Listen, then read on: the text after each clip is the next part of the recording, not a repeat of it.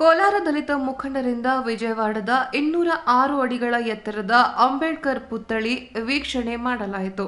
ಈ ಸಂದರ್ಭದಲ್ಲಿ ಭಾರತೀಯ ದಲಿತ ಸೇನೆ ರಾಜ್ಯಾಧ್ಯಕ್ಷ ದಲಿತ ನಾರಾಯಣಸ್ವಾಮಿ, ಖಾದ್ರಿಪುರ ಚಲಪತಿ, ಅಂಬೇಡ್ಕರ್ ನಗರ ಸೋಮಶೇಖರ್, ಮಂಜುನಾಥ್, ರಾಮಚಂದ್ರ, ರವಿಚಂದ್ರ, ಚಂದ್ರು, ರಾಬರ್ಟ್, ಅಂಬರೀಶ್ ಸೇರಿದಂತೆ ಹಲವಾರು ಜನ ಉಪಸ್ಥಿತರಿದ್ದರು.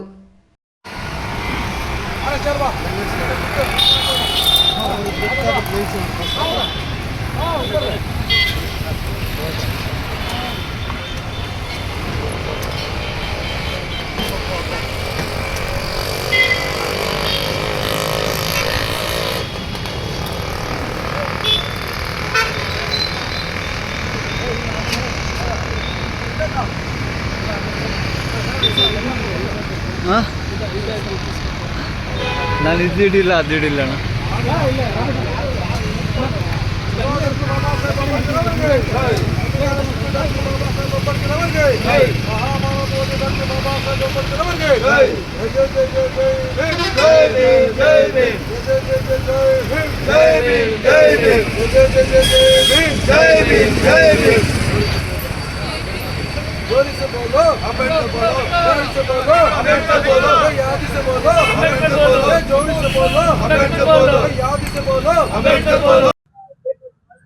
बोलो डॉक्टर बाबा साहेब अंबेडकर ಅವರಿಗೆ ಸಂವಿಧಾನ ಶಿಲ್ಪಿ ಡಾಕ್ಟರ್ ಬಾಬಾ ಸಾಹೇಬ್ ಅಂಬೇಡ್ಕರ್ ಅವರಿಗೆ ಆತ್ಮೀಯ ಬಂಧುಗಳೇ, ಈ ದಿನ ನಾವುಗಳು ಆಂಧ್ರ ಪ್ರದೇಶ ವಿಜಯವಾಡಕ್ಕೆ ತೆರಳುತ್ತಾ ಇದ್ದೀರಿ.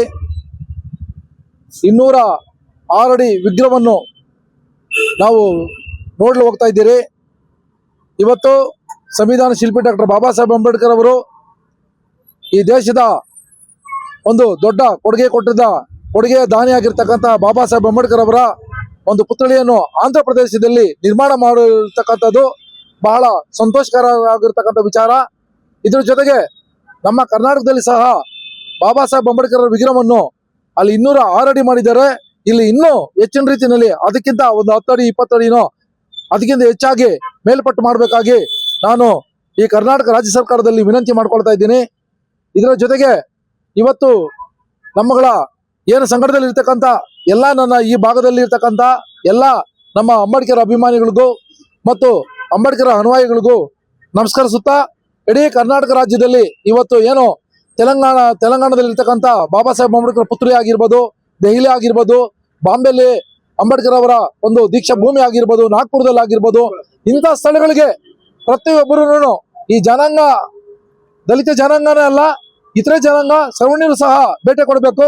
ಯಾಕಂದ್ರೆ ಈ ದೇಶಕ್ಕೆ ಸಂವಿಧಾನವನ್ನು ಕೊಟ್ಟಿರ್ತಕ್ಕಂಥ ಬಾಬಾ ಸಾಹೇಬ್ ಅಂಬೇಡ್ಕರ್ ಸಾಹೇಬರು 140 ಕೋಟಿ ಜನಕ್ಕೆ ಸಂವಿಧಾನವನ್ನು ಕೊಟ್ಟಿದ್ದಾರೆ.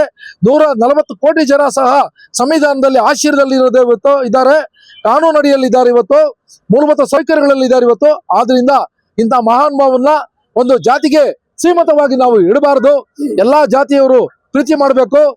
ಆದ್ರಿಂದ ಈ ದಿನ ನಾವು ಏನು ತೆಲಂಗಾಣಕ್ಕೆ ಜೊತೆಗೆ ಭೇಟಿ ಕೊಟ್ಟಿರ್ತಕ್ಕಂಥ ಸಂದರ್ಭದಲ್ಲಿ ನಾವು ಇದೇ ಒಂದು ಪುತ್ಥಳಿ ನಿರ್ಮಾಣ ಮಾಡ್ಬೇಕಂದೇಳಿ ಕರ್ನಾಟಕ ರಾಜ್ಯ ಸರ್ಕಾರದಲ್ಲಿ ವಿನಂತಿ ಮಾಡಿದ್ರಿ. ಈಗಲೂ ಸಹ ವಿಜಯವಾಡದಲ್ಲಿ ಇರ್ತಕ್ಕಂಥ 206 ಅಡಿ ವಿಗ್ರಹವನ್ನು ವೀಕ್ಷಣೆ ಮಾಡಲು ಹೋಗ್ತಾ ಇದ್ದೀರಿ, ನೋಡಲು ಹೋಗ್ತಾ ಇದ್ದೀರಿ. ಆದ್ರಿಂದ ಈ ಕರ್ನಾಟಕ ರಾಜ್ಯ ಸರ್ಕಾರಕ್ಕೆ ನಮ್ಮ ಒಂದು ಸಂಘಟನೆಯಿಂದ ವಿನಂತಿ ಮಾಡ್ಕೊಳ್ಳೋದು ಏನಂತ ಹೇಳಿದ್ರೆ 206 ಅಡಿ ವಿಗ್ರಹಕ್ಕಿಂತ ಇನ್ನೂ ಹೆಚ್ಚಿನ ಮೇಲ್ಪಟ್ಟು ಅಡಿಗಳನ್ನು ವಿಸ್ತೀರ್ಣ ಮಾಡಬೇಕಾಗಿ ನಾನು ವಿನಂತಿ ಮಾಡ್ಕೊಳ್ತಾ ಇದ್ದೀನಿ. ಈ ದಿನ ನಾವುಗಳೆಲ್ಲ ವಿಜಯವಾಡಕ್ಕೆ ತೆರಳುತ್ತಾ ಇದ್ದೀರಿ. ನಮ್ಮನ್ನೆಲ್ಲ ಇಡೀ ನಾಡಿನ ಜನತೆ ಎಲ್ಲ ಆಶೀರ್ವಾದ ಮಾಡ್ಬೇಕಂದ್ರೆ ಅವ್ರಲ್ಲಿ ನಾನು ವಿನಂತಿ ಮಾಡ್ಕೊಳ್ತಾ ಇದ್ದೀನಿ. ಇದ್ರ ಜೊತೆಗೆ ನಮ್ಮ ಸ್ನೇಹಿತರಾಗಿರ್ತಕ್ಕಂಥ ನಮ್ಮ ಶೇಖ್ ಲಾಲ್ ಅವರು ಅವರ ಒಂದು ನಮ್ಮ ಜೊತೆಲಿ ನಮ್ಮ ಸಂಘಟದಲ್ಲಿದ್ದಾರೆ. ಪ್ರತಿಯೊಂದು ಕಾರ್ಯಕ್ರಮಕ್ಕೂ ಪ್ರತಿಯೊಂದು ವಿಚಾರದಲ್ಲೂ ನಮ್ಮ ಜೊತೆಲಿದ್ದಾರೆ, ನಮ್ಗೆ ಸಹಕಾರ ಆಗಿ ನಿಂತಿದ್ದಾರೆ. ಅವ್ರಿಗೂ ನಾವು ಸಹಕಾರ, ನಮ್ಗೆ ಅವ್ರ ಸಹಕಾರವಾಗಿ ನಿಂತಿದ್ದಾರೆ.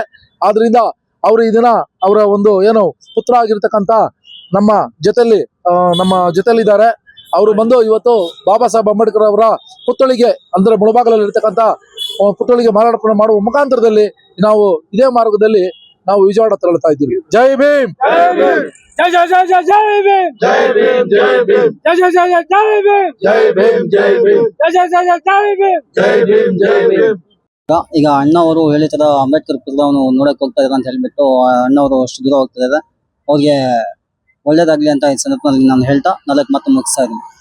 ಜೈ ಭೀಮ್.